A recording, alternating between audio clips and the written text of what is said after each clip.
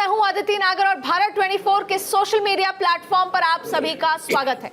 Feel the thrill में आज होगी व्यापक चर्चा जियोपॉलिटिक्स पे। अच्छा, दरअसल क्या है कि आप सभी लोग चाय का कप हाथ में ले लीजिए, क्योंकि थ्रिल बने रहेगा अगर चाय का कप गरम गरम हाथ में रहेगा। और हम बहुत ही आसान चर्चा से आपको समझा देंगे कि जियोपॉलिटिक्स में अभी भारत और पूरा जो विश्व है वो कहाँ अटका हुआ है। लेकिन जीवन में इसलिए हम फील द थ्रिल आपके पास लेकर आते हैं बार बार, क्योंकि थ्रिल बना रहना चाहिए। अभी तक दिवाली का थ्रिल था, अब छठ का थ्रिल आ गया है, लेकिन इस बीच में अराजक फैसला लेने वाला जो बॉस है, शिरोमणि है ट्रंप, वो एक बार फिर एक अपने बयान के साथ साथ उन्होंने इंडिया, चाइना, टर्की को कुछ मैसेज देने की कोशिश की है। तो भारत इसमें कहाँ अटका हुआ है? और जब जब ट्रंप साहब कोई बयान देते हैं तो भ्रांतियां फैल जाती हैं कि अब भारत क्या करेगा, क्या भारत को नुकसान होगा, भारत मलेशिया क्यों नहीं जा रहा, और साथ में अगर ऑयल हमें रशिया से नहीं खरीदना है, खरीद रहे हैं, खरीदेंगे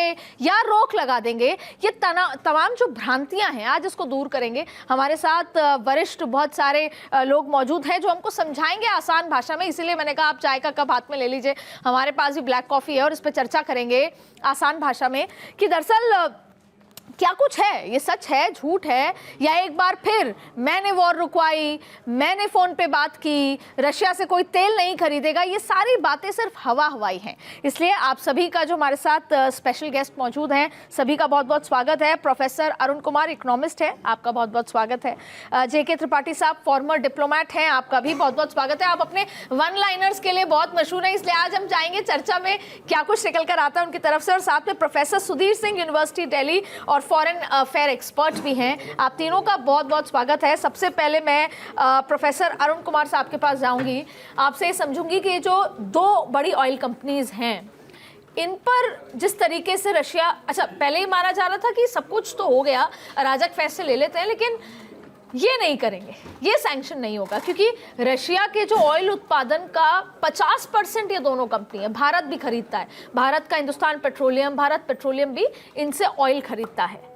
भारत को कितना नुकसान है? देखिए, हमें सस्ता ऑयल तो बहुत ज़्यादा नहीं था, लेकिन फिर भी ऑयल आ रहा था। अभी जो ये रोक लगेगा, मतलब चीन में भी खबर आ रही है कि चीन ने भी ऑयल खरीदना कम कर दिया है। ख़त्म तो नहीं है पर कम कर दिया है। भारत की भी खबर आ रही है कि हमने भी कम कर दिया, और ये 5% उत्पादन है दुनिया का, यानी कि करीब 100 मिलियन जो बैरल्स है उसमें से 5% है। अगर 5% तेल दुनिया के बाज़ार से निकल जाता है तो तेल के दाम बढ़ेंगे। तो अभी तो हमें सस्ते दाम पे मिल रहे थे, अब तेल के दाम बढ़ जाएंगे। जब तेल के दाम बढ़ जाएंगे तो हमारा फॉरेन एक्सचेंज आउटगो बढ़ जाएगा, और हमें, क्योंकि अमेरिका ने वैसे भी वो किया है 50% टैरिफ, उसकी वजह से हमारा $47 बिलियन का जो ट्रेड था उस पर असर पड़ रहा है। और उसके क्योंकि वो लेबर इंटेंसिव है तो उसकी वजह से हमारे यहाँ एम्प्लॉयमेंट पे असर पड़ रहा है, खासकर जो लेबर इंटेंसिव स्मॉल और मीडियम इंडस्ट्री है। तो एक तरफ लेबर पे असर पड़ रहा है, दूसरी तरफ हमारा फॉरेन एक्सचेंज जो सरप्लस होता था अमेरिका से वो कम हो गया, तो हमारा जो बैलेंस ऑफ पेमेंट है उस पर असर पड़ेगा। इधर तेल के दाम बढ़ने से फिर और ज़्यादा असर पड़ेगा, तो उससे हमारा रुपया भी कमज़ोर होगा, हमारा जो इन्वेस्टमेंट आ रहा है मार्केट में वो कमज़ोर होगा, हमारे यहाँ रोज़गारी पे असर पड़ेगा, और इसका असर हमारे GDP पे पड़ेगा। तो इसलिए मेरा मानना है कि ये जो किया जा रहा है, इससे जो खतरा है उसको हमें डील करना पड़ेगा। वो हम कैसे डील करेंगे उसके बारे में एक स्ट्रैटेजी बनानी पड़ेगी। और वो स्ट्रैटेजी क्या हो सकती है? वो स्ट्रैटेजी हो सकती है कि हम जो अभी तक बहुत ज़्यादा बाहर के मार्केट पे डिपेंडेंट थे, अब हम थोड़ा ज़्यादा इंटरनल मार्केट पे डिपेंडेंट हो, जहाँ पे रोज़गार पैदा हो। मिडल ईस्ट तो करेंगे ही, पर वहाँ पे क्योंकि तेल के दाम तो बढ़ेंगे ही, क्योंकि जब ये 5% आपका जो सप्लाई है उस पर असर पड़ेगा तो दाम बढ़ेंगे। ऑलरेडी बढ़ रहे हैं, कल ही ये बढ़ गए थोड़े ब्रेंट क्रूड वगैरह, तो ये और ज़्यादा बढ़ेगा। जैसे जैसे ये बात खुलेगी, जैसे ज़्यादा शॉर्टेज ज़्यादा होगी तो ये बात आएगी कि ये दाम बढ़ेंगे। पहले तो खतरा ये था कि दाम कहीं $100 के ऊपर चले जाएँ, अभी तो $70 की बात हो रही है, पर अगर ये $100 पहुँच गया तो फिर तो बहुत ज़्यादा असर होगा। तो इसलिए हमें एक तो ये देखना पड़ेगा कि हमारे जो ऑयल का कंजम्पशन है उसको हम क्या कर सकते हैं। दूसरा देखना पड़ेगा बैलेंस ऑफ पेमेंट ज़्यादा ख़राब ना हो, उसके लिए हम कहाँ पे और एक्सपोर्ट बढ़ा सकते हैं। तीसरा हमको देखना पड़ेगा अंदरूनी अर्थव्यवस्था में बेरोजगारी ज़्यादा ना बढ़े, जिससे कि लोगों पे जब परचेजिंग पावर पे असर ना पड़े। हमने जीएसटी में कट किया जिससे कि हमारा और जब माल बिके बाजार में, अब वो उसका उल्टा असर होगा अगर यहाँ पे दाम बढ़ जाएंगे। तो सर त्रिपाठी सर एक बात, क्योंकि हमारे दर्शकों को समझाते हैं हम, इसका तो ये मतलब हुआ कि जो दावा ट्रंप ने अभी बुधवार को किया कि मैंने भारत फोन पे बात की प्रधानमंत्री मोदी से और उन्होंने कहा कि अब हम ऑयल कम खरीदेंगे, ये दावा सच है? मुझे नहीं लगता कि ये दावा सच है, क्योंकि ट्रंप जो है उनका अगर पिछले 8 महीने का 10 महीने का ही नहीं, उनका पिछले कार्यकाल का भी अगर आप रिकॉर्ड देखें तो वो हमेशा अपने गोल पोस्ट शिफ्ट करते रहते हैं। मैं उनको डोनाल्ड कंफ्यूज ट्रंप कहूँगा, क्योंकि वो या तो कंफ्यूज हैं या तो वो अपनी बात को पलटने में बहुत ज़्यादा माहिर हैं। आपने देखा अभी उन्होंने कहा कि हाँ हमने मोदी से बात की, वो कह रहे हैं रूस से हम तेल खरीदना कम कर देंगे, और या कम कर दिया है उन्होंने। जैसा कि आपने देखा कि भारत की कुछ कंपनियों ने रूसी कंपनियों के ऊपर सैंक्शन लगाने से वो हुआ है। फिर उनका कहना है कि मोदी ने कहा कि हम इस साल के अंत तक कम कर देंगे, मतलब और एक लीवे दे रहे हैं वो, which is 2 months, which is 2 months। हाँ, तो दो महीने का।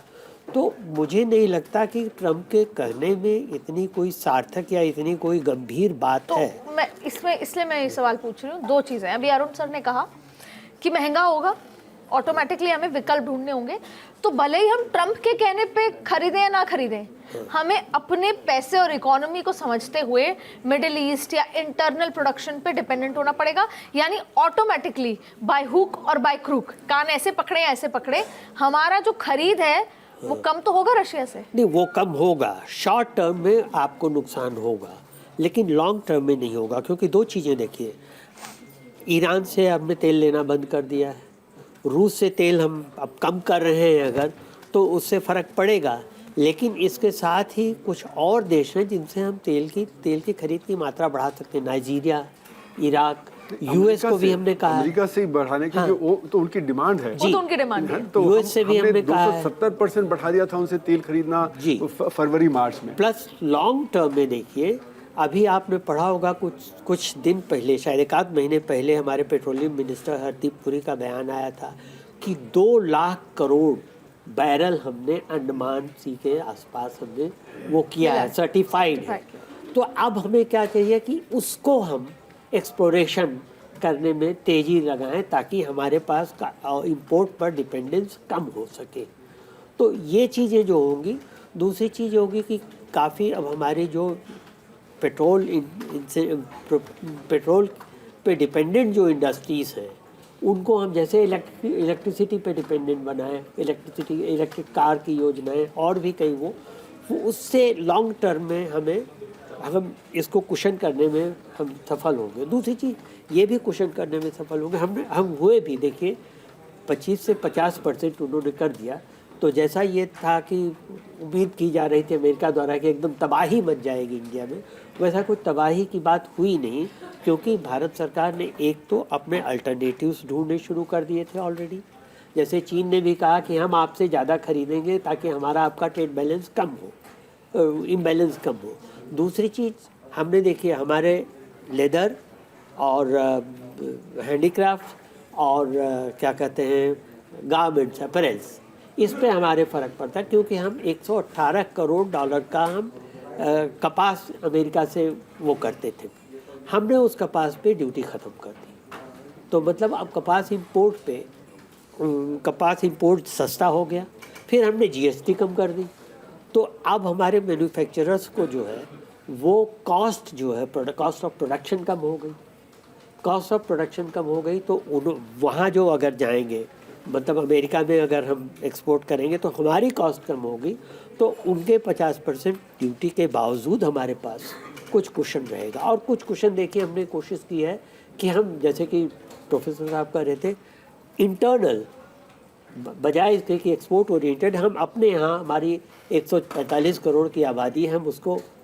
पर सर इसका तो ये मतलब हुआ कि जैसे हम अमेरिका को या अमेरिकी प्रेसिडेंट को बॉस मानते हैं, ट्रंप का मूड स्विंग है।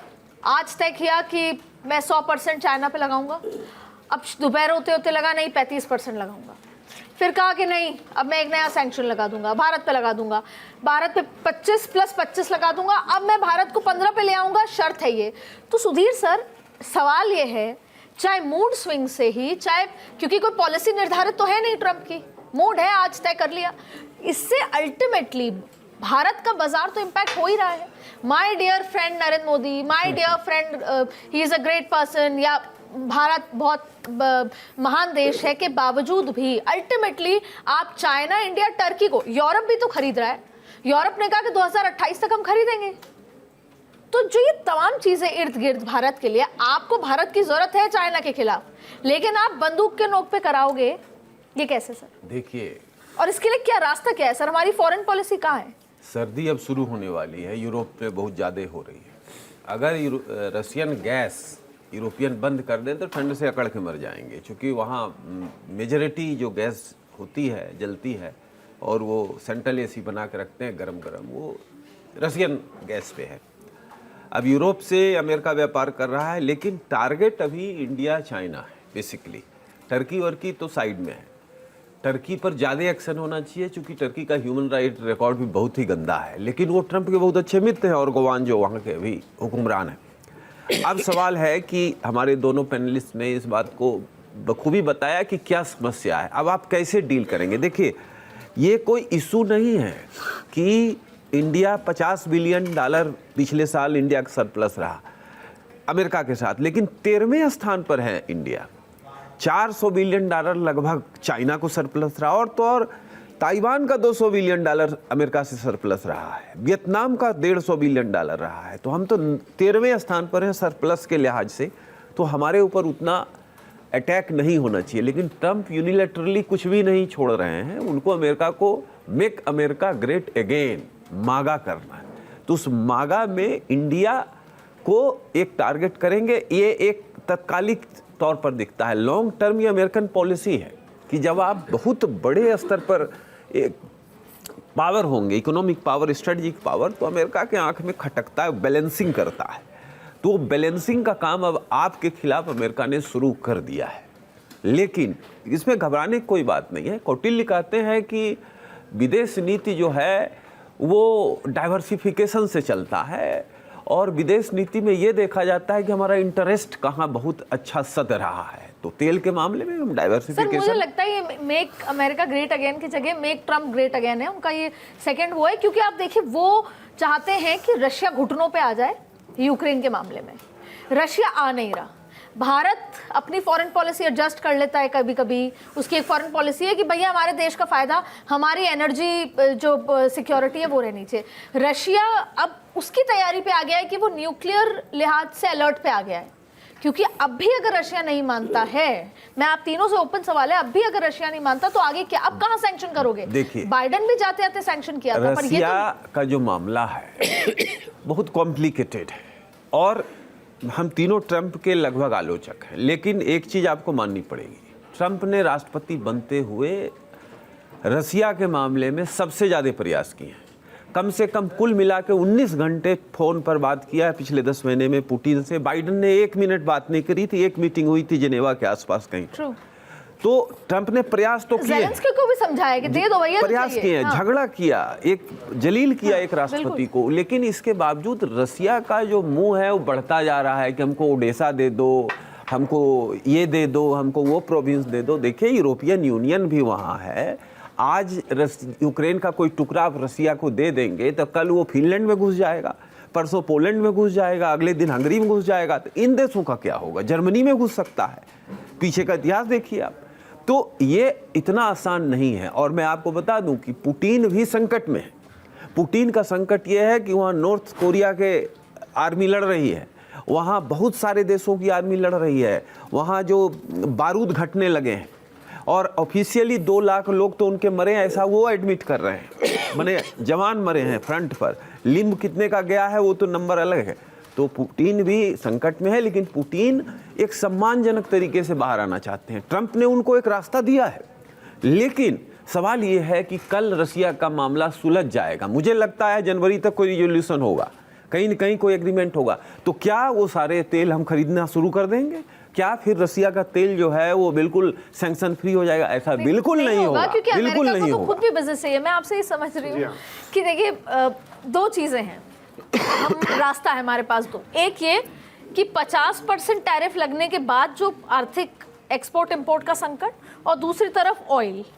फर्ज कीजिए जो ट्रंप ने बुधवार को कहा कि मोदी जी ने ये कहा है कि हम ऑयल खरीदना कम करेंगे और हम आपका 50% टैरिफ को 15% पे ले आते हैं, हमारे लिए फायदा क्या है? रशिया से ऑयल खरीदते रहना, या अगर ट्रंप ये कहते हैं कि 15% टैरिफ है, बस फायदा कहाँ है? देखिए क्योंकि हम तो अपने फायदे पे फॉरेन पॉलिसी रहती है। दो तीन चीज़ें बड़ी साफ हैं। ट्रंप दुनिया के राजा की तरह बर्ताव कर रहे हैं। उन्होंने अपने जो क्लोजेस्ट अलाइज हैं उनसे भी कंसेशन लिया है, जैसे कि कनाडा सबसे नज़दीक है, उनसे कंसेशन लिया। कनाडा शुरू में खड़ा रहा उनके खिलाफ, लेकिन फिर बाद में अब झुक गया है पिछले 2 हफ्ते से, है ना। EU जो उनका सबसे बड़ा ट्रेडिंग पार्टनर है, उसके खिलाफ उन्होंने किया, जापान के खिलाफ, साउथ कोरिया के खिलाफ। यानी कि जो अमेरिका का जो ट्रेड है उसमें अमेरिका तो 15% ड्यूटी लगाएगा, लेकिन उनको 0% लगाना है। और EU $600 बिलियन का इन्वेस्टमेंट करेगा और जापान $550 बिलियन का इन्वेस्टमेंट करेगा। EU उनसे हथियार खरीदेगा। तो यानी कि सारा एक तरफा। तो जो भी वो कर रहे हैं दुनिया में सब एक तरफा जो सारे डील हैं। और उन्होंने क्या किया है, सारी दुनिया की जो यूनिटी को तोड़ दिया। अगर हम सब साथ होते तो अमेरिका नहीं कर सकता था। उन्होंने EU को, चाइना को, जापान को, कोरिया को चेस वाला वो शय मात तो वो पहले दिन से कर रहे हैं। तो चाइना भारत को लड़ाना। शुरू में तो लग रहा था कि चाइना, EU वगैरह शायद कुछ समझौता कर लेंगे फरवरी मार्च में, पर वो हो नहीं पाया। तो उन्होंने कहा कि 90 दिन में 90 नेगोशिएशन हम करके ले लेंगे, और सबसे वो एक्सट्रैक्ट कर रहे हैं।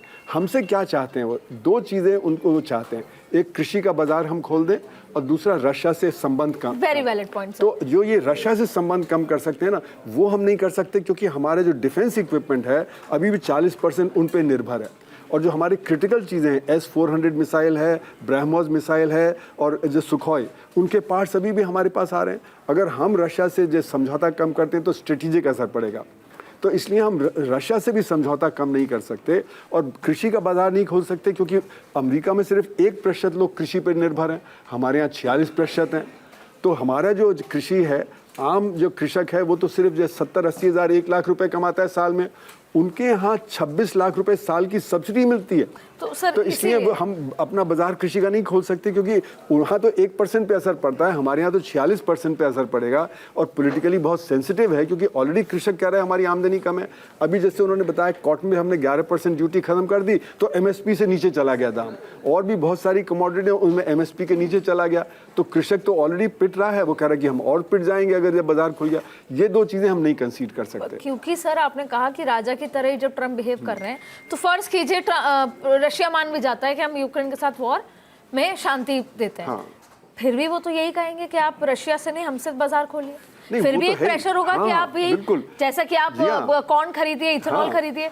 तो वो तो बात ये है कि एक नहीं तो दूसरा नहीं तो तीसरा। हमारी तो 2 कंडीशन हम नहीं मान पा रहे ना, एक कृषि और दूसरा रशिया। ये दोनों हम नहीं मान पाएंगे, क्योंकि हमारी वो स्ट्रेटेजिक इंटरेस्ट इन्वॉल्व है उसमें, है ना। और जैसे वो ईरान को नहीं चाहते पावरफुल बनाना, वो कभी भी रशिया को नहीं चाहेंगे पावरफुल बनाना। नहीं, वो तो देखिए रशिया न्यूक्लियर पावर, उनके पास जितने हथियार हैं न्यूक्लियर बॉम्ब उतने जो अमेरिका के पास है ना, वो मतलब कि वहाँ पे बराबरी। इसलिए देखिए रशिया से डील करना एक न्यूक्लियर पावर से डील करना है। इसीलिए कल रशिया ने थ्रेटन किया पुतिन ने कि अगर आपने जो ये मिसाइल्स दी, जो long range missile, Tomahawk long range, तो बहुत भयंकर जो हो सकता है। तो इसलिए ट्रंप उनसे अलग से डील करेगा, भारत से अलग से डील करेगा। तो बस इक्वलिटी नहीं है। एक और चीज़ है, पर अब बात यह है कि क्योंकि बिहार चुनाव भी हैं और जाहिर तौर पे सवाल उठता है, नरेंद्र मोदी का इस तरह का ऑरा है कि उनकी प्रेजेंस और एब्सेंस दोनों खबर है।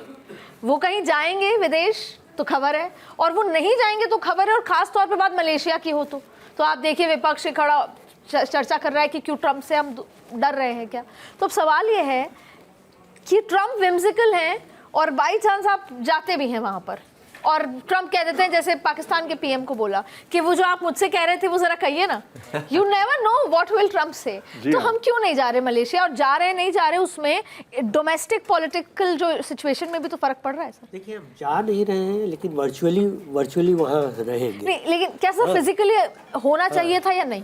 नहीं, मेरे ख्याल से फिजिकली होना ज़रूरी नहीं है। आजकल के टाइम में जहाँ वर्चुअली से काम चला सकते हो, ज़बरदस्ती आप जा कर के एक कंट्रोवर्सी क्यों क्रिएट करने का मौका दें विपक्ष को या किसी को भी कि आप शी जिनपिंग से नहीं मिलेंगे, कि आप ट्रंप से नहीं मिलेंगे। ट्रंप से देखिए, ट्रंप से हमारी मुलाकात, प्रधानमंत्री की मुलाकात या बातचीत जो होती है बड़े सधे हुए बड़े छोटे शब्दों में होती है। उन्होंने हमें कहा दिवाली की बधाई दी, हमने दिवाली की बधाई स्वीकार की, उनको भी दी। हाँ, उन्होंने कहा कि हमारे भारत बड़ा देश है, भारत के साथ हमारे संबंध बड़े अच्छे हैं, हमने भी कह दिया हमारे संबंध बड़े अच्छे हैं। हम ये क्यों कहें, उससे आगे हम क्यों जाएं? तो अगर प्राइम मिनिस्टर मलेशिया नहीं जा रहे हैं, कोई ना कोई तो रिप्रेजेंट करेगा ही वहाँ जा कर के। तो एस जयशंकर कर रहे हैं जो कि चाइना नहीं गए थे। हाँ, तो सवाल ये है ना कि जब चाइना जैसी जगह में वो नहीं गए, लेकिन मलेशिया में वो जा रहे हैं। हाँ, मलेशिया में। और दूसरी चीज़ ये देखिए, जहाँ तक रशिया की आपने बात की, मैं एक चीज़ और बढ़ाना चाहूँगा प्रोफेसर साहब की बात को, कि रशिया के साथ अगर कोई डील होती है तो रशिया का पहला ये वो होगा, क्योंकि कल देखिए, कल शाम को शायद न्यूज़ थी, अभी कंफर्म नहीं है, कि EU से बोलते हुए जेलेंस्की ने कहा कि हाँ, हमें ये मंजूर है कि जो वो 20% या वो डोनेट्स्क का एरिया है वो हम दे दें और मामला ख़त्म हो करें। जाए। ये अभी कंफर्म नहीं हुआ है, लेकिन अगर ये होता भी है तो रशिया को तो सारे ऑब्जेक्टिव्स मिल गए। अब उनके पास सिर्फ ये है बार्गेनिंग चिप कि वो पुतिन ये कहेंगे कि ठीक है, हम वॉर बंद कर रहे हैं, आप एक चीज़ कीजिए कि रशिया के ऊपर से सैंक्शन हटाइए। 7,000 से ज़्यादा सैंक्शंस जो अमेरिका ने लगाए हुए, अमेरिका सैंक्शंस हटाइए। अगर सैंक्शंस हट गए, और सैंक्शंस हटाने में फिर ट्रंप को कोई परेशानी नहीं होनी चाहिए, क्योंकि ट्रंप कहते रहे पुतिन मेरे दोस्त हैं, और डोनबास में हम उनके साथ मिल करके, और रशिया में भी उनके साथ मिल करके हम मिनरल्स का दोहन करेंगे। तो वो अगर हट जाएगा तो फिर हमारे लिए कोई परेशानी की बात ही नहीं रह जाएगी। तो मुझे नहीं लगता कि रशिया सिर्फ इस पे मान जाएगा कि ठीक है हम ख़त्म करते हैं। रशिया की तो बड़ी चीज़ होगी, पुतिन क्यों नहीं हंगरी जा रहे हैं, क्योंकि परेशानी ये है कि रिजल्ट नहीं होगा। हाँ, नहीं, गिरफ्तारी की बात है। हाँ, गिरफ्तारी की बात। ICC तो इसलिए पुतिन को ये होगा, सारे सैंक्शंस हमारे ऊपर से हटाइए, हम तैयार हैं आपकी बात। तो अब इसमें यही होगा कि अगर सैंक्शंस हट गए और रशिया के साथ ये वो हो गया, तो फिर हमारे लिए फिर रास्ता खुल जाएगा। फिर तो ये भी होगा कि ईरान के साथ सैंक्शन हटाइए, और चीन की वो वहाँ नहीं बैठ पा रहे हैं। ईरान का मसला अलग रहेगा। वहाँ तो जो वेस्ट एशिया है ना, उसको कंट्रोल करने की सारी बात है कि इजराइल का सारा वो रहेगा, तो वो ईरान को तो नहीं होने देंगे। वहाँ पे तो देखिए दबाव बना रहेगा। और नहीं, ईरान को तब नहीं होने देंगे जब वेस्ट एशिया में शांति हो जाएगी पूरी। अभी शांति की कोई संभावना नहीं है, क्योंकि अभी भी जो हमास भी कुछ न कुछ कर रहा है, इजराइल भी कुछ कर रहा है, अभी बड़ी जिसको कहते हैं फ्रजाइल, बड़ी कमजोर शांति। और वो देखिए, मोदी जी जो कुआलालंपुर नहीं जा रहे हैं, मुझे लगता है एकदम सही कदम है। कदम सही इसलिए है कि 49 बार ट्रंप साहब बोल चुके हैं कि हमने मध्यस्थता कराया। अब वहाँ भी बोल देंगे। अब आप देखिए कि इतना मजाक सोशल मीडिया में उड़ रहा है कि लालू यादव और तेज प्रताप यादव के बीच ट्रंप समझौता कराएंगे, ऐसा ट्रंप ने दावा किया। मैंने मजाक है, तो ये सोशल मीडिया में आ रहा है। अब हमारे गुरुजी कह रहे थे कि 1% अमेरिका में, 46% भारत में कृषि, बिहार में 20 लाख लोग, किसान परिवार मक्का लगाता है। अगर 5 वोट भी उसके पास है तो 1 करोड़ वोट है। तो मोदी जी 1 बोरी मक्का भी नहीं ले सकते अमेरिका से, चूंकि 1 करोड़ वोट में से 20 लाख वोट भाग जाएगा, इलेक्शन हार जाएंगे। आप गत चुनाव देखिए, 2020 में 1,37,000 वोट का एनडीए और इंडिया ब्लॉक में डिफरेंस बिहार में भी रहा था। बहुत क्लोज चुनाव हुआ था। सवाल ये है कि ये चुनौती है, ये इमीडिएट चुनौती है, और ये थोड़े समय के लिए, ये परमानेंट चुनौती नहीं है। इस चुनौती से हमको उभर के बाहर आना है, जो लॉजिस्टिक करना है, उसके बाद हम और मजबूत होंगे। क्योंकि इस तरह की चुनौतियां होंगी, क्योंकि आप $150 बिलियन का ट्रेड कर रहे हैं। और आप ध्यान से देखिए डेटा को, अमेरिका के साथ हमारा व्यापार बहुत ही कम प्रभावित हुआ है, लगभग उसी रफ्तार में बढ़ रहा है। हम 150 बिलियन बाय मार्च छू देंगे। और ये जो सरप्लस है वो भी अभी $20 बिलियन का हो चुका हमारे तरफ। अभी ये डेटा जुलाई अगस्त तक का ही है, तो निश्चित तौर पर सरप्लस भी $50 बिलियन की तरफ है। लेकिन अमेरिका अगर चाहता है कि वो सरप्लस घटे, तो जैसे प्रोफेसर अरुण कुमार जी ने भी कहा कि हम 3 लाख बैरल पर डे लेते हैं, तो 10 लाख बैरल ले सकते हैं हम। 55 लाख बैरल पर डे का कंजम्पशन है हमारा तेल का, तो हम अमेरिका से बढ़ा देंगे। इसमें हमको बहुत दिक्कत नहीं, लेकिन अमेरिका चाह रहा है कृषि के क्षेत्र में मक्का खरीदो। अब मक्का हमारे यहाँ सरप्लस है, हम कहाँ फेंक दें मक्का? उस दूध खरीदो, दूध हमारे यहाँ सरप्लस है, हम कहाँ फेंक दें दूध? सोयाबीन खरीदो, हम कहाँ सोयाबीन फेंक दें? तो हमारे यहाँ एग्रीकल्चर सेक्टर में हम खुद $100 बिलियन के आसपास एक्सपोर्ट कर रहे हैं, तो हम लेके क्या करेंगे? डंपिंग करेंगे ना।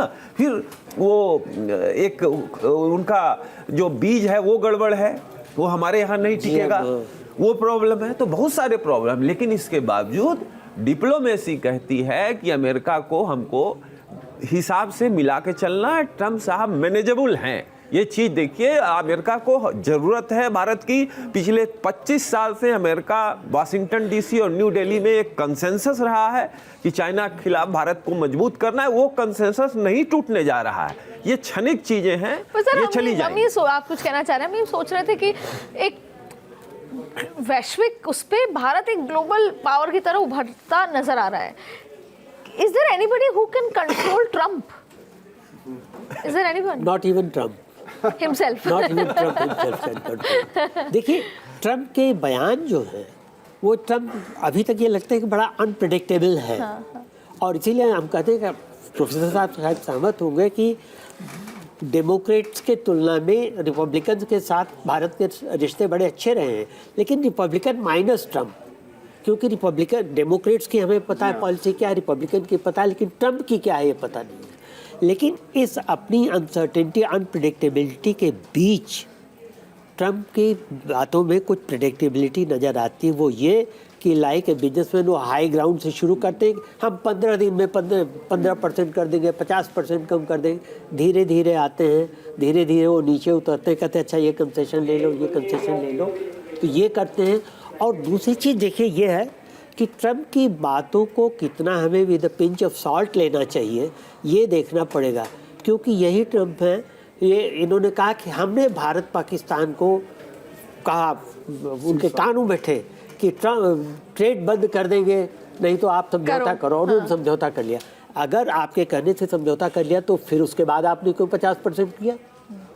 अगर आपकी बात सही है कि हमने समझौता आपके कहने से किया, तो फिर आपने यही तो बात है। मैं इसमें थोड़ा सा एक जोड़ दूं। त्रिपाठी जी ने सही कहा। देखिए, ट्रम्प के साथ पॉजिटिव बात यह है कि ट्रम्प को आप डील कर सकते हैं, और वो डील वैसे हो सकता है जैसे सरोजनी नगर में एक आइटम खरीदने में आप डील करते हैं। 350 से शुरू होता है, 150 पे डील खत्म होता है, लेकिन आपको पेशेंस चाहिए।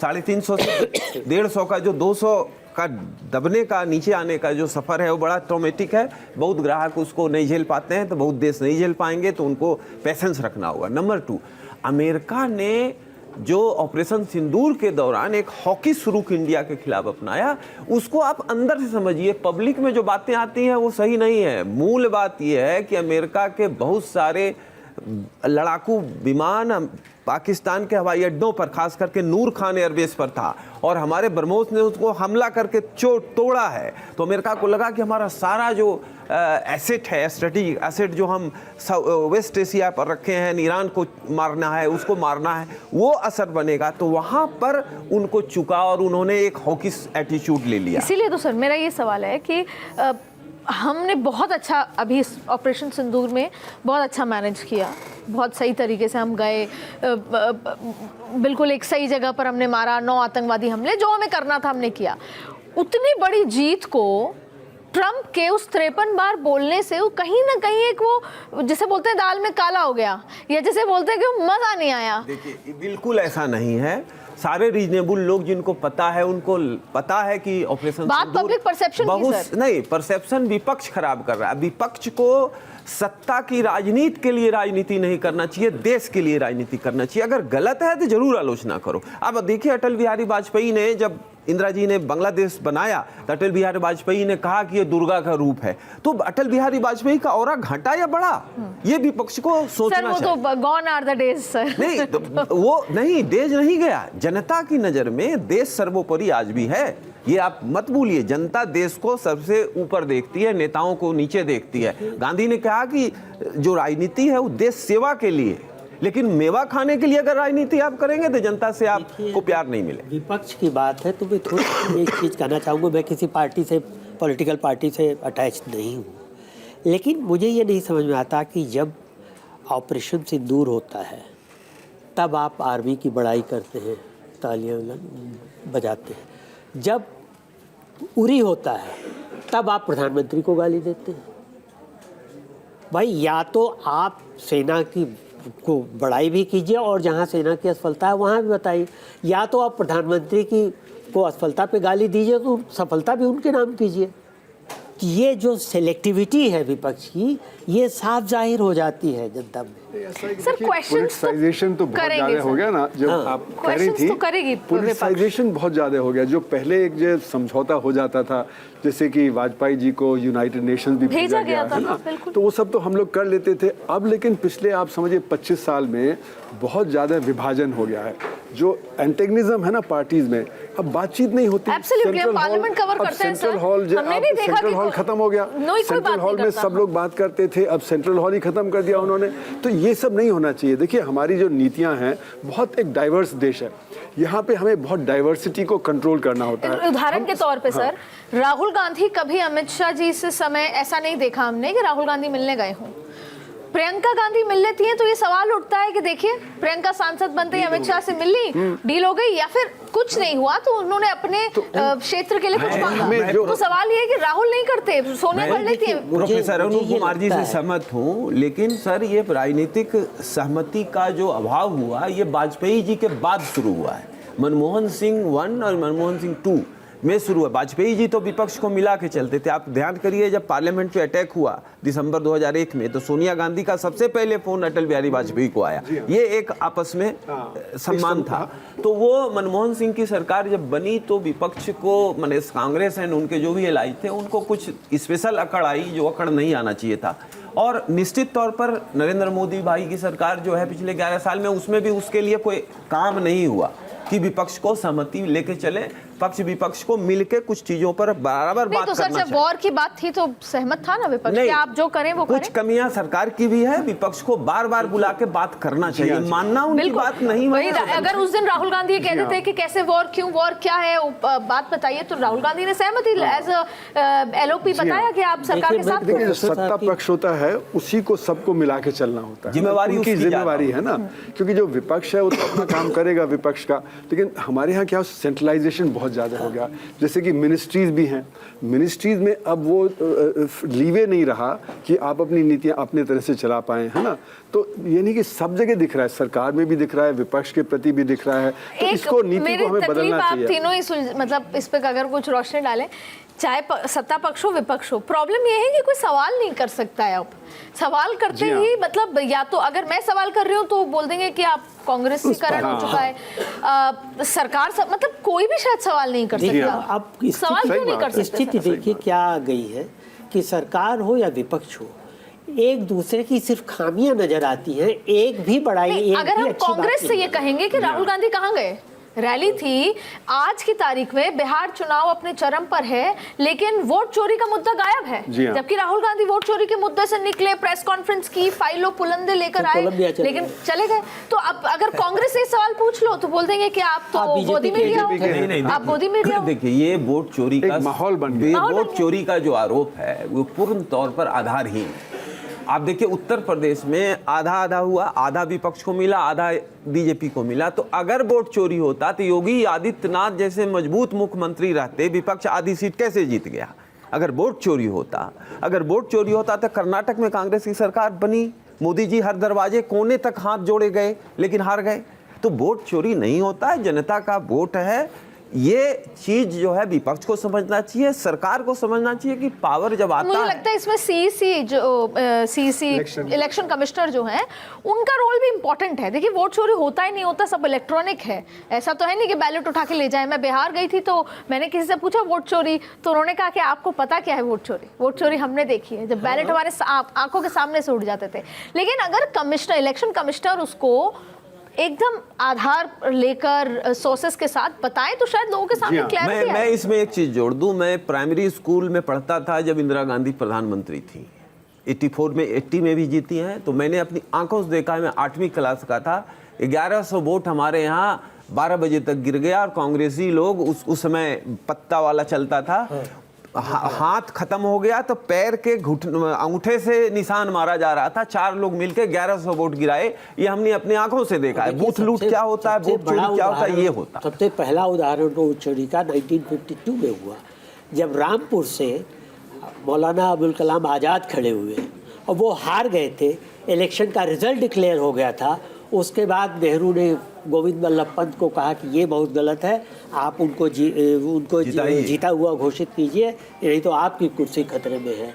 और डीएम को ये कहा गया और बाद में डीएम ने उनको जीता हुआ दे दिया। जो पहले हुआ सो हुआ, लेकिन आज तो नहीं होना चाहिए क्योंकि आज जनता जागरूक है। क्या वैसे हो सकता है कि हम लोगों पे भी ट्रम्प साहब सैंक्शंस लगा दें? हमने उनका टाइम क्या है वोट चोरी। लेकिन क्योंकि आखिरी का समय बचा है, मैं एक सवाल आपसे, क्योंकि हम बिहार पे बात कर रहे हैं सर, ये नौकरियां दे देंगे, मतलब एक और नई उम्मीद जागी है जो कि जरूरत है। तो क्योंकि एज इकोनॉमिस्ट मैं आपसे समझना चाहती हूँ, ये 10 लाख नौकरियां, इतनी नौकरियों का जिक्र बार बार होता है। बिहार में कितनी नौकरियां मैक्सिमम सरकार दी जा सकती है? हर एक घर में सरकारी नौकरी क्या दी जा सकती है? नहीं दी जा सकती, क्योंकि उतना बजट भी नहीं होगा। आप कह रहे हैं नहीं दी जा सकती, लेकिन कुछ चीजें की जा सकती हैं जो जरूरी हैं। जैसे कि शिक्षा का अभाव बहुत है, शिक्षा पे आप ज्यादा स्पेंड करिए। हेल्थ का बहुत अभाव है, हेल्थ पे ज्यादा खर्च करिए। तो जनता को चाहिए कि तुमने काहे नौकरी दोगे, तो अब मेरे घर आके एक जने को नौकरी दो, ये नहीं संभव है। ये संभव ही नहीं है। देखिए ऐसा है, लेकिन वो 10 लाख नौकरी देंगे, एक को अगर आप 15,000 भी देंगे तो बजट बहुत 150 करोड़ तो बिहार में है क्या? हाँ, इतना हर महीने आपको देने इसको के लिए। ये देखना पड़ेगा। देखिए क्या वजह क्या है, बिहार की कमजोरी क्या है कि बिहार का क्रेडिट डिपॉजिट रेशियो भारत के क्रेडिट डिपॉजिट रेशियो से आधा है। यानी कि गरीब प्रांत होने की वजह से सेविंग्स कम है और उसकी आधी सेविंग बिहार से बाहर चली जाती है बैंकों के थ्रू। तो इसलिए वहाँ पे इन्वेस्टमेंट नहीं हो रहा है। तो इन्वेस्टमेंट बढ़ाना बहुत ज़रूरी है। फिर वहाँ पे जो नौकरी कहाँ आप दे सकते हैं, शिक्षा में होगा, स्वास्थ्य में होगा, रूरल एम्प्लॉयमेंट गारंटी में होगा, रूरल डेवलपमेंट में होगा और एग्रीकल्चर डेवलपमेंट में। अगर इनमें आप बढ़ाना चाहें तो इसमें कुछ नौकरियां बढ़ा सकते हैं आप। लेकिन ये कहना कि हम सबको सरकारी नौकरी दे सकते हैं एक परिवार के एक व्यक्ति को, वो तो नहीं होगा। मैं इसके लिए जोड़ना चाहूंगा कि ये देखिए, तेजस्वी एंड विपक्ष ने 3 करोड़ नौकरी देने का वादा किया। हाँ, कागज पे, मैनिफेस्टो में पूर्ण तौर पर गलत है। 3 लाख लोग वहाँ रोजगार में बिहार में हैं सरकारी 3 करोड़ मुझे लगता है पूरे देश में भी नहीं, 1 करोड़ भी नहीं है। पूरे देश में 75 लाख लोग हैं। 1 करोड़ तो लगभग छू देगा, हो सकता है, पुलिस वगैरह जोड़ दें आप, 1 करोड़। देखिए बिहार में प्रोफेसर अरुण कुमार जी ने सही कहा, एग्रीकल्चर बेस्ड जो छोटी छोटी इंडस्ट्रियां है, लीची उद्योग है, सिल्क उद्योग है, ये सब बिहार में अभी बिल्कुल जमीन में है। टमाटर, आलू बहुत पैदा होता है, केचप बनाइए, वो बनाइए, ये बनाइए। इसमें आप 10 लाख लोगों को प्राइवेट सेक्टर से टाई अप करके रोजगार दे सकते हैं। दूसरी बड़ी चीज ये है कि बिहार का जो पर्यटन क्षेत्र है बिल्कुल अल्पविकसित है। जो पर्यटन मंत्री बनता है वो खून के आंसू रोता है कि हमें तो 1 रुपया नहीं मिलना है, चूंकि यहाँ कुछ है ही नहीं। तो पर्यटन बिहार में बहुत ज्यादा है। देखिए बुद्धा का सारा कुछ बिहार में है, हिंदू धर्म के, इस्लाम के सारे कुछ बिहार में बहुत सारे कुछ हैं, उसको नए सिरे से सजाना संवारना है। बौद्ध धर्म का जो चीजें हैं वो डेवलप ठीक से नहीं हुआ, इंटरनेशनल एयरपोर्ट नहीं बना जहाँ जहाँ बुद्धिस्ट सर्किट है। तो उसको अगर हम करेंगे तो हम 30 से 40 लाख, अभी 20 लाख आते हैं पर्यटक बुद्धिस्ट कंट्री से, वो 1 करोड़ हो जाएंगे अगले 5 साल में। तो ये सब विजन चाहिए। अनफॉर्चुनेटली पक्ष और विपक्ष दोनों को बिहार में विजन नहीं है। देखिए मैं इन लोगों की बात से सहमत हूँ और ये कहा, प्रोफेसर साहब जानते होंगे कि ये कहावत है कि एक भूखे आदमी को मछली देने के बजाय मछली पकड़ने की ट्रिक बताइए।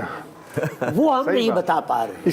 उसके लिए शिक्षा और स्वास्थ्य बहुत अहम है। बिल्कुल, शिक्षा का स्तर वहाँ पे बहुत ही कमज़ोर है, स्वास्थ्य का स्तर बहुत कमज़ोर है। और प्रोडक्टिविटी तभी बढ़ती है जब शिक्षा और स्वास्थ्य होता है, और फिर एंटरप्रेन्योरशिप आएगी। तो अगर हम शिक्षा और स्वास्थ्य पे अहम वो करें, और जैसे उन्होंने कहा कृषि, वो हम अगर ध्यान दें तो उससे काफ़ी रोजगार खुद पैदा होने लगेगा। सर मैं एक लाइन में जोड़ दूं, शिक्षा और स्वास्थ्य में पूरे भारत में जो है 5% के आसपास दोनों में अकेला होना चाहिए। अनफॉर्चुनेटली वो बहुत कम है। मछली पर मजाक की बात है, लेकिन एक सीरियस बात मैं ये कह रहा हूँ कि बिहार से गंगा लगभग 400 किलोमीटर गुजरती है, और जितनी नेपाल बाउंड नदियाँ हैं, कोसी है, गंडक है, घाघरा है, सरयू है, सब नदी आती हैं। बहुत मछलियाँ हैं बिहार में।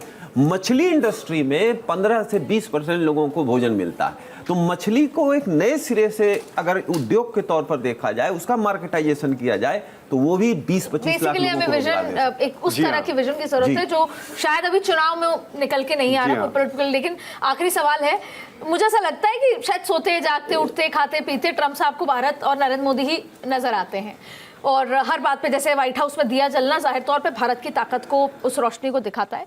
लेकिन आप रशिया से बात मत कीजिए, आप मेरे कहने पे चलिए, आप चाइना से सब छोड़ दीजिए।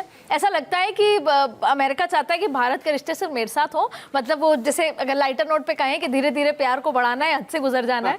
तो आपसे आखिरी कमेंट लूंगी मैं कि क्या आखिरकार भारत, क्योंकि मेक इंडिया ग्रेट अगेन वो अमेरिका और अमेरिका के प्रेसिडेंट और उसकी जनता जाने, मेरा इंपॉर्टेंट बात यह है कि हमारा देश 140 करोड़ लोग कैसे ग्रेट बनेंगे, ये देश कैसे, उसके लिए ये ट्रंप के बीच बीच के बयानबाजी और ट्रंप का इतना पोजेसिव और डेस्परेट हो जाना भारत के लिए, ये कितना नुकसानदायक फायदा है, इस पे क्लोजिंग करेंगे सर तीनों को। देखिए, ट्रंप की बयानबाजी जो है ये सब कि भारत इंडिया फोबिया है या भारत के लिए ऑब्सेस्ड है, हाँ, उससे हमें कोई फ़र्क नहीं होना चाहिए ख़ास, क्योंकि अगर हम उसी में रहें, उसी को रिएक्ट करते रहेंगे तो उसी में फंस के रह जाएंगे।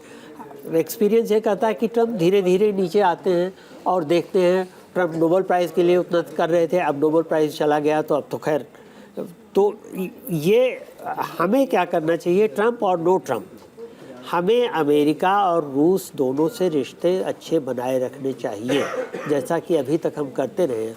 और ट्रंप में इतनी औकात नहीं है कि पिछले 20 साल से जो मेहनत की है अलग अलग भारतीय और अमेरिकन सरकारों ने ये रिश्ते बनाने में, कि उसको ओवरनाइट ट्रंप बिगाड़ सके। इसमें मैं यही जोड़ूंगा, देखिए ट्रंप साहब एक ऐसे नकचढ़े बालक हैं जिनके नखड़े बहुत हैं, लेकिन वो आराम से फिर लाइन पे आ जाएंगे।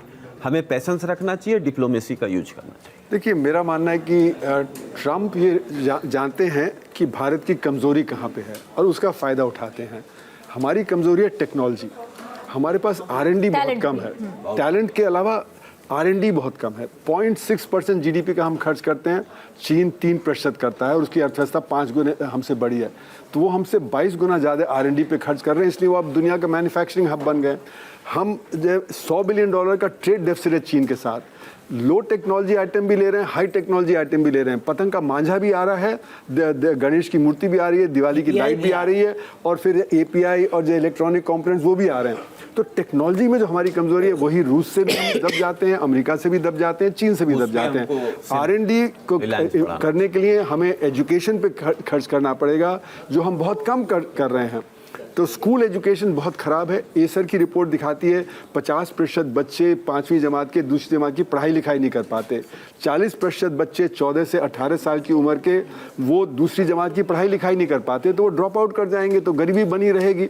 तो अगर हम शिक्षा पे ध्यान दें, उसमें प्राइमरी, सेकेंडरी और हायर एजुकेशन, तब R&D बेहतर होगा। जब R&D बेहतर होगा तो हम सेल्फ सफिशिएंट हो जाएंगे, हमें ना चीन पे निर्भर होना पड़ेगा ना अमेरिका पे। पर ये 10 साल की स्ट्रैटेजी है, वो आज शुरू करनी पड़ेगी, अगले 10 साल के लिए। इसके बीच में हम क्या करें, क्योंकि खासकर AI इतनी तेजी से आ रहा है कि बहुत ज़बरदस्त अनएम्प्लॉयमेंट क्रिएट करेगा अगले सालों।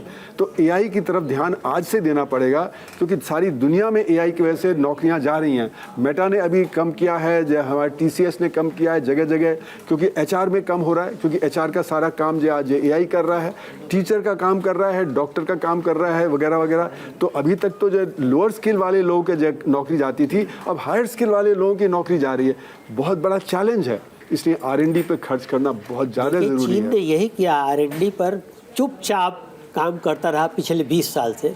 और आज मैं देख रहा था, कल सीनेट के एक क्वेश्चन आंसर हो रहा था किसी से, कि उसमें US के सेक्रेटरी, अंडर सेक्रेटरी ने कहा कि चीन टेक्नोलॉजी और क्रिटिकल टेक्नोलॉजी के मामले में हमसे 280 गुना ज़्यादा आगे है। तो ये बातें हुई, मैं उम्मीद करती हूँ कि चाय की चुस्की के साथ आपको जियोपॉलिटिकल सिचुएशन बहुत समझ में आई। लेकिन बात क्योंकि भारत की है, और भारत में केवल सरकार के साथ साथ आप, हम सभी लोग जिम्मेदार हैं। चुनौतियां बहुत सारी हैं जियोपॉलिटिकल सिचुएशन में। भारत अपने पेशेंस, अपने टैलेंट, अपनी मेहनत के साथ और डिप्लोमेसी के साथ आगे बढ़ रहा है। लेकिन ज़रूरत है कि हम घर में हर एक बच्चे को अवेयर करें, प्राइमरी एजुकेशन अच्छे से दें, और इसमें सरकार आपका सहयोग करे। और सहयोग नहीं करती तो आपको पता है कि आपके वोट की ताकत वोट वाले दिन जितनी अंबानी की वोट की ताकत है उतनी ही आपके वोट की ताकत है। इसलिए उस वोट की ताकत को पहचानें, घर में सबको शिक्षित करें और ना सिर्फ डोनाल्ड ट्रंप, आने वाले दशकों में जितने भी ट्रंप और आएंगे उनसे भिड़ने के लिए हर एक हाउस होल्ड को उतना मजबूत होना होगा, तब जाके Bharat as a whole holistic approach के साथ मजबूत होगा। बहुत बहुत शुक्रिया। अगली बार फिर मुलाकात करेंगे किसी एक नए थ्रिल के साथ।